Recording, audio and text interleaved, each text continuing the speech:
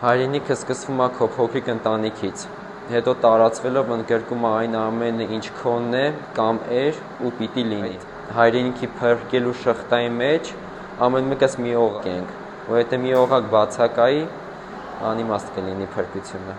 Մարդը պետք է ուժեղ լինի հոգով, մտքով եւ ֆիզիկապես։ Հայրենիքը սիրում եմ այնպես, ինչպես իմ հարազատին։ Ներկա պայիս, որ իմ հայրենիքը հիվանդ է ու արնաքամ է լինում,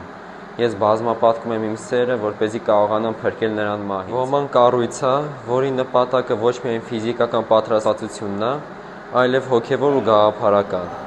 Նրա միջոցով կարող ես հայրենիքի զինվորը դառնալ, լիովին պատրաստ լինելու կրելու դժվարություններ,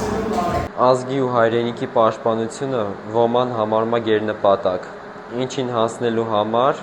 նախապատրաստում է իր շարքում ներառված զինվորներին կամ երիտասարդներին։ Ես ցանկանալով օգուտ տալ ինչ-որ չափով իմ հայրենիքին,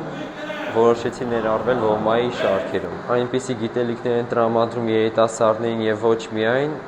որոնք այլ տեղերում դժվար թե կարողանան գտնել կամ էլ բարդ